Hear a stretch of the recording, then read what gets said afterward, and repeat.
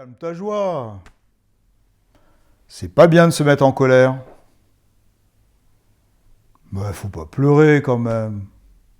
Pouf, même pas peur. Autant d'expressions qui, semblant de rien, nous privent de nos énergies principales. Ce que j'ai envie d'aborder avec toi aujourd'hui, c'est un petit peu tout ce qui est autour de nos émotions, qui sont de véritables énergies. C'est un des trois éléments, on va dire un de nos trois cerveaux. Je ne sais pas si tu as déjà entendu parler, je ne vais pas m'étaler très longtemps, parce que sur Internet, tu peux trouver justement les trois cerveaux.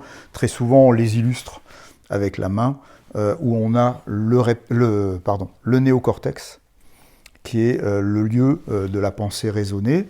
Au milieu, tu as le limbique, qui est l'endroit de notre intelligence émotionnelle, de nos émotions. Et puis tout en bas, tu as le cerveau reptilien, où il y a certains automatismes, notamment liés à nos instincts, d'où le terme de reptilien. Alors juste peut-être présenter très rapidement le reptilien. Lui, il est préprogrammé pour nous mettre à l'abri en cas de danger. Donc dès qu'il y a une alerte, un danger, lui il est programmé sur 4 positions. Position repos quand tout va bien, position fuite, position attaque, position paralysie. Et suivant ce qui va se présenter et se passer au niveau du danger, une des 3 options va être prise. Alors l'originalité ou la spécificité de ce cerveau, c'est que justement, on fait ça sans réfléchir. D'ailleurs, je ne sais pas si ça te fait penser à certaines fois, mais des fois, tu as une réaction, et puis après coup, une fois que tu as eu la réaction, tu dis, mais j'ai vraiment pas réfléchi, j'ai fait ça sans réfléchir. Où j'avais ma tête. En fait, dans où j'avais ma tête, c'était qu'est-ce que j'ai fait de mon néocortex, pourquoi j'ai pas réfléchi les 2 secondes qu'il me fallait pour prendre une autre décision. Mais c'est simplement que, étant donné que la connexion entre le limbique et le reptilien est plusieurs centaines ou milliers de fois plus rapide que dans l'autre sens, le cerveau néocortex a été pris de vitesse. Et donc il n'a absolument pas pu jouer son rôle, on verra tout à l'heure, d'arbitre, de réflexion, pour prendre un petit peu de distance. Tu as bien compris qu'en fait, lui, il réagit, comme je l'ai dit, avec ces trois possibilités, plus celle du repos. Et celle du milieu, c'est là que tout se passe, en fait. C'est quand je ressens quelque chose, donc c'est mon intelligence émotionnelle, mes émotions, il va y avoir quelque chose qui va se passer. Il va y avoir une réaction.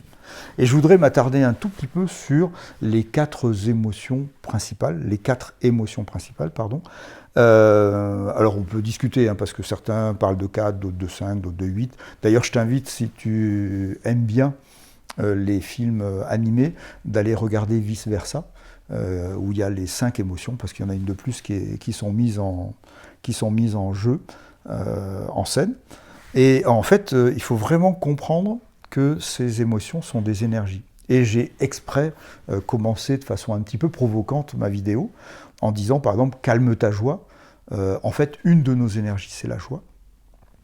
Une autre énergie, quand j'ai dit « c'est pas bien de se mettre en colère », c'est donc la colère. Une autre énergie, quand j'ai dit mais il ne faut pas pleurer, voyons, c'est tout ce qui est d'ordre de la tristesse. Et puis quand j'ai dit même pas peur, c'est la peur. Alors pourquoi je parle d'énergie? Parce qu'en fait, tu en as d'abord 2 qui sont sur la ligne, sur un axe horizontal. Quand je me mets en colère, tu te rappelles avec le reptilien, c'est que je me sens en danger et que je vais appuyer sur le bouton énergie qui va repousser le danger. Et donc en fait, la colère, c'est une façon de me protéger de ce qui me menace, de ce qui m'agresse. Donc tu comprends bien qu'à la fois c'est super bien d'apprendre aux personnes qu'il ne faut pas se mettre en colère. Mais il faut faire attention que si tu leur dis à brûle-pourpoint, c'est pas bien de se mettre en colère, tu les prives de l'énergie qui leur permet d'éloigner le danger.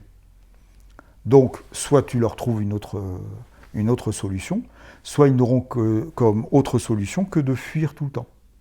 Or, il y a des moments où il faut faire face, il ne faut pas fuir. Donc, comment on va réussir petit à petit à trouver un moyen terme entre c'est pas bien de se mettre en colère, et puis de temps en temps, c'est bénéfique d'être en colère parce que ça éloigne le danger, ça nous permet de nous protéger. Donc comment j'arrive à conjuguer ça? De l'autre côté, ben, à l'extrême, tu as la peur. C'est-à-dire le fait que si je juge que le danger est trop important, eh ben, je vais m'enfuir. Et donc je vais mettre le danger à une certaine distance. Sauf que comme je n'ai pas la force et les moyens de le repousser, ben, c'est moi qui m'en vais. Mais l'idée, elle reste la même. C'est-à-dire qu'il faut mettre une bonne distance entre le danger et moi. D'ailleurs, tu le remarques beaucoup chez les animaux. Tant que tu gardes une certaine distance, ils ne modifient pas leur comportement. Et quand tu réduis la distance en deçà de la distance qui est pour eux le critère, l'étalon de tant que la distance de 5 mètres, 10 mètres, 15 mètres n'est pas franchie, je ne suis pas en danger, soit tu vas avoir l'animal qui va t'agresser, donc dans son reptilien, il va attaquer, soit il va fuir. Et donc c'est quelque chose d'assez instinctif. Donc il y a vraiment un élément important à ce niveau-là. Un troisième élément, c'est la tristesse. Alors en général, là on est sur un autre axe. Je vais avoir la tristesse d'un côté et la joie de l'autre. La tristesse, très souvent, ça nous atteint au moment où on a été mis sous pression. Donc tu as regroupé toutes tes forces, tu as été mis sous pression, soit pour repousser le danger, soit pour fuir le danger, et tu as besoin de lâcher un peu la vapeur. Je prends un petit peu l'image de la marmite, en fait, hein, de la cocotte minute. Elle est plein d'énergie, de vapeur, il y a une pression, elle a été mise sous pression. Tu ne peux pas la laisser sous pression. Il faut absolument que tu ouvres le petit tchitchou et que la vapeur puisse s'éloigner. Le fait d'être en tristesse, la tristesse est une énergie qui te permet de lâcher la pression. Et si tu lâches pas la pression, bah, tu restes sous pression. Et si tu restes sous pression, c'est pas bon, parce que trop de pression, ça va être de l'ordre du stress. J'en parle dans une autre vidéo. Et la joie, bah, c'est le contraire. C'est-à-dire, c'est quelque chose qui va t'élever, qui va te transcender, en fait. D'ailleurs, il y a une expression, c'est il saute de joie.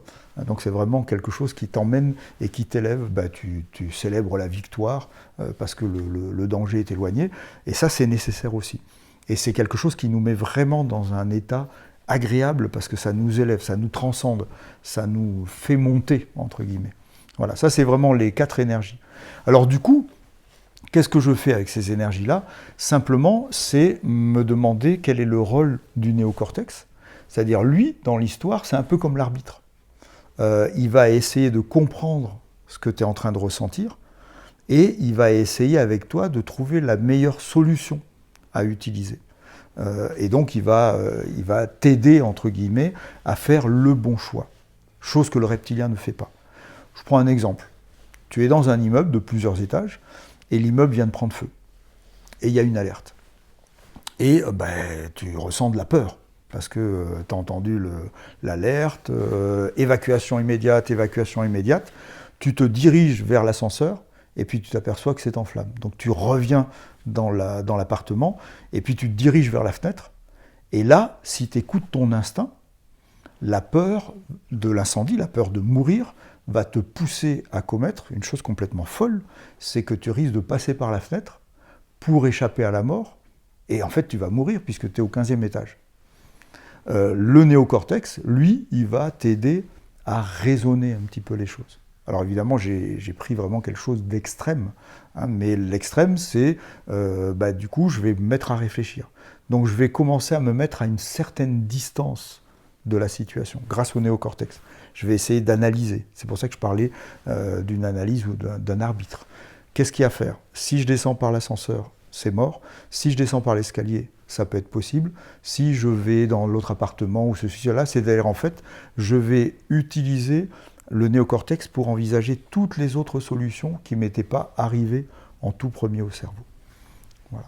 Donc là, c'est vraiment juste un tout petit aperçu des éléments. Donc ce que je voudrais vraiment que tu puisses retenir de cet ensemble-là, c'est attention à ne pas, se priver de ces émotions, parce que ce sont vraiment des énergies. Par contre, attention à ne pas s'installer dans ces émotions, parce que je ne l'ai pas dit, mais une émotion qui dure, ça devient un sentiment. Et par exemple, quand je suis dans une émotion colère, c'est passager. Si je m'installe dans ma colère, je vais peut-être être dans un état d'irritabilité, ce qui veut dire que la moindre goutte va faire déborder le vase et va faire éclater la chose. Et là, ça devient dangereux. Il ne faut pas que je m'installe dans un état de peur, parce que sinon je vais être en stress permanent, je vais être dans une espèce de paranoïa qui va me paralyser complètement et m'empêcher de vraiment bien vivre. Il ne faut pas que je m'installe dans une tristesse qui dure, parce que sinon je risque de tomber en dépression. Bon, je pourrais dire aussi, il ne faut pas non plus que je m'installe dans une jubilation permanente, parce que ce serait peut-être une euphorie qui durerait, pourrait me faire passer pour quelqu'un d'un petit peu demeuré. Quoique j'imagine que cette énergie-là, sur la durée, ça doit être pas mal quand même. Voilà, donc du coup, c'est vraiment se dire, changer de regard sur mes émotions, et passer de « c'est pas bien de se mettre en colère » à « si je sens monter cette colère en moi », donc là c'est le néocortex qui parle, d'où ça vient, de quel danger j'ai envie de me protéger assez instinctivement, et est-ce que ce danger est vraiment un danger ? Et est-ce que je ne peux pas faire autrement que de le considérer comme un danger ? Et là tu comprends tout de suite que tu es passé à une autre étape. Voilà, donc j'aimerais vraiment que tu restes juste avec ça. Rappelle-toi, mon limbique qui ressent, si jamais je laisse les choses se passer instinctivement, je risque d'avoir une réaction instinctive. Si par contre je prends le temps d'essayer d'envoyer au néocortex la demande, tu peux m'aider à analyser ce qui est en train de se passer, tu peux m'aider à analyser ce que je suis en train de ressentir, il y a de fortes chances qu'il y ait beaucoup plus de solutions et de possibilités et de stratégies qui puissent s'ouvrir